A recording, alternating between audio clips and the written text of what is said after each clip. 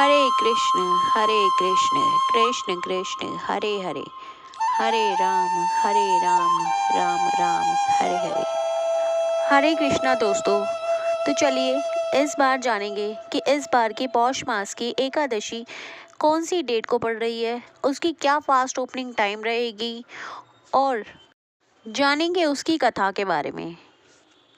तो चलिए शुरू करते हैं। इस बार की जो एकादशी है पौष मास की, उसे सफला एकादशी के नाम से जाना जाता है। यह एकादशी सभी भक्तों को शुभ फल देने वाली और उनके पापों का नाश करने वाली एकादशी होती है।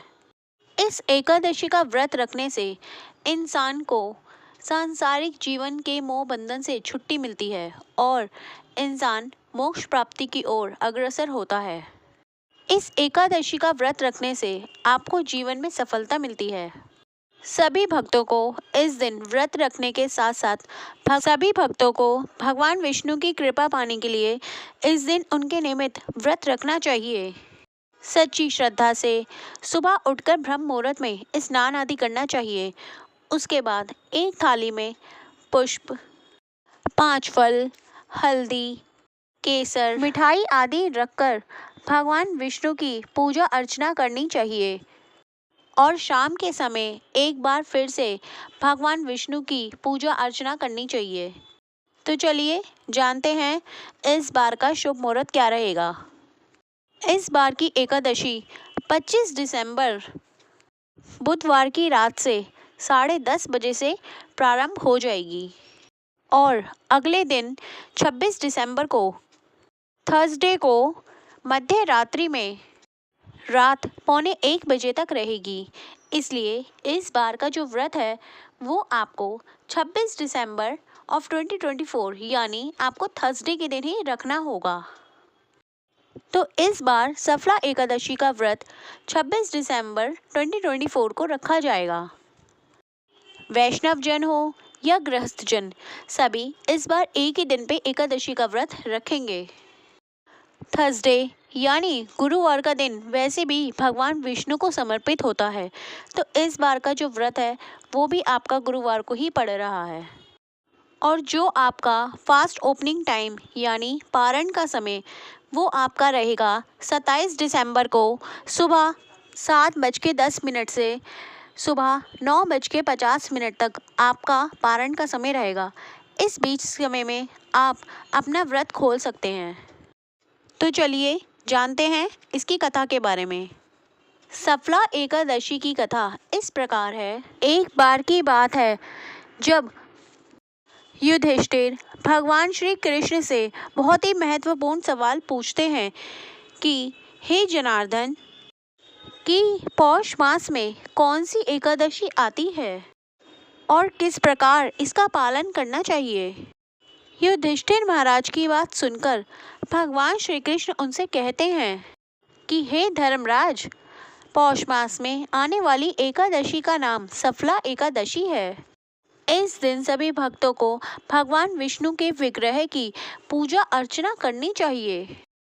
अब मैं आपको इस दिन की पौराणिक कथा सुनाता हूँ। एक समय एक चंपावती नाम की एक सुंदर नगरी थी, जहाँ पर एक राजा महेशमती बहुत ही पराक्रमी राजा थे और वह बहुत ही धार्मिक निष्ठावान राज्य किया करते थे। उनके 4 पुत्र थे। उनका सबसे बड़ा पुत्र, जिसका नाम लुम्पक था, वो सदा ही पाप में ग्रस्त रहता था। स्त्री दुराचार और जुआ खेलना, ब्राह्मणों का अपमान करना, वैष्णवों की निंदा करना, उसके लिए ये सब सामान्य कार्य थे। अब लुम्पक के पाप कर्मों का असर अब राज्य पर पड़ने लगा था। इसी चक्कर में एक दिन राजा महेशमत ने बड़े पुत्र को पूरे राज्य से निष्कासित कर दिया। इसके बाद लुम्पक एक राज्य के बाहर एक जंगल में रहने लगा। इसके बावजूद भी उसके पाप कर्मों में कोई भी कमी नहीं आई थी। वह दिन में जंगली प्राणियों का मांस काटकर भक्षण किया करता था और रात्रि के समय नगर में जाकर लूटपाट किया करता था। अनेकों बार लूटपाट और चोरी करते हुए उसे कई लोगों ने पकड़ा भी था। इसके बावजूद भी लुम्पक के पापों का अंत नहीं हुआ। वह भगवान श्री हरि विष्णु के प्रिय पेड़ यानी बड़े से पीपल के पेड़ के नीचे रहा करता था, बैठा करता था। इसी प्रकार काफी समय बीत गया। आखिरकार उसके जीवन के परिवर्तन का समय अब आ ही गया था। एक रात पौष मास की ठंड के कारण वह सारी रात सो नहीं पाया। शीत लहर से बचने के लिए उसके पास पर्याप्त वस्त्र भी नहीं थे। पौष की कृष्ण दशमी के दिन वह सारी रात जागता रहा। ठंड की वजह से उसका सारा शरीर शिथिल हो गया था और वह मूर्छित हो गया। अगले दिन सूर्य की किरणों से उसकी मूर्छा दूर हुई। गिरता पड़ता अगले दिन वह शिकार की तलाश में निकला, मगर पशुओं को मारने में वह असमर्थ रहा। पेड़ के नीचे गिरे हुए फल को उसने उठाया और वापस उसी पेड़ के नीचे आके बैठ गया। उस समय तक सूर्यास्त हो चुका था। इसी दौरान उसने अपने पूर्व जन्म के कारण भगवान विष्णु को याद किया और कहने लगा कि हे प्रभु, मेरी क्या स्थिति हो गई है। अब ये फल आप ही कोई अर्पण है। इन फलों से आप ही तृप्त हो जाइए। अब वह सारी रात जागता रहा और भगवान विष्णु को याद करता रहा। इसी प्रकार अनजाने में उससे एकादशी का व्रत हो गया। उसके अनजाने में ही सही, इस व्रत को रखने से भगवान विष्णु उससे प्रसन्न हो गए। इसके बाद अगले दिन सुबह होते ही लुम्पक के पास एक अचानक से सफेद घोड़ा बहुत ही दिव्यता से भरा हुआ उसके पास आकर खड़ा हो गया। उसी समय एक आकाशवाणी हुई कि हे वत्स, ये घोड़ा तुम्हारे लिए ही आया है। सफला एकादशी का व्रत रखने के कारण तुम्हारे सभी पाप नष्ट हो गए हैं और भगवान विष्णु ने ही ये तुम्हारे लिए भेजा है। अब तुम इस घोड़े पर सवार होकर अपने नगर में अपने पिता की ओर वापस चले जाओ। तुम्हें तुम्हारा राज्य वापस मिल जाएगा। और ये आकाशवाणी सुनकर वह गदगद हो गया, खुशी से फूला नहीं समाया। सफला एकादशी का व्रत रखने के कारण उसका शरीर कांतिमान हो गया। उसी समय वह अपने राज्य में वापस आया और अपने पिता से क्षमा याचना करने लगा और उसने अपने पिता को सारा वृतांत सुनाया। उसके पिता ने जब उसे सभी सद्गुणों के साथ देखा तो वह उससे बहुत ही प्रसन्न हुए और लुम्पक को सारा राज्य का कार्यभार सौंपकर वे वन की ओर तपस्या करने चले गए।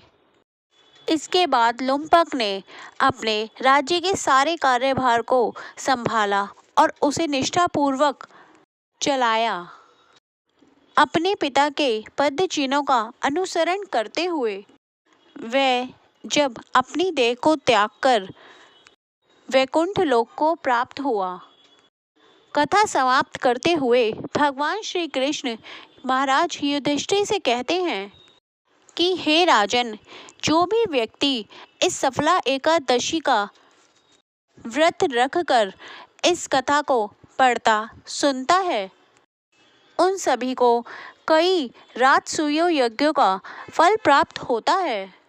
उनके सभी पाप नष्ट हो जाते हैं और वे सभी मोक्ष प्राप्ति की ओर अग्रसर होते हैं और भगवान विष्णु लोक को जाते हैं। कथा समाप्त। तो आज की आपको ये कथा कैसी लगी, प्लीज़ नीचे कमेंट बॉक्स में लिख के ज़रूर बताइएगा।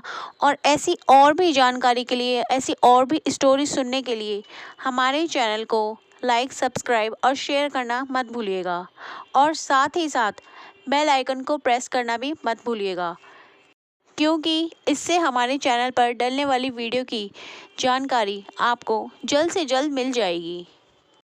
धन्यवाद। जय श्री हरि विष्णु।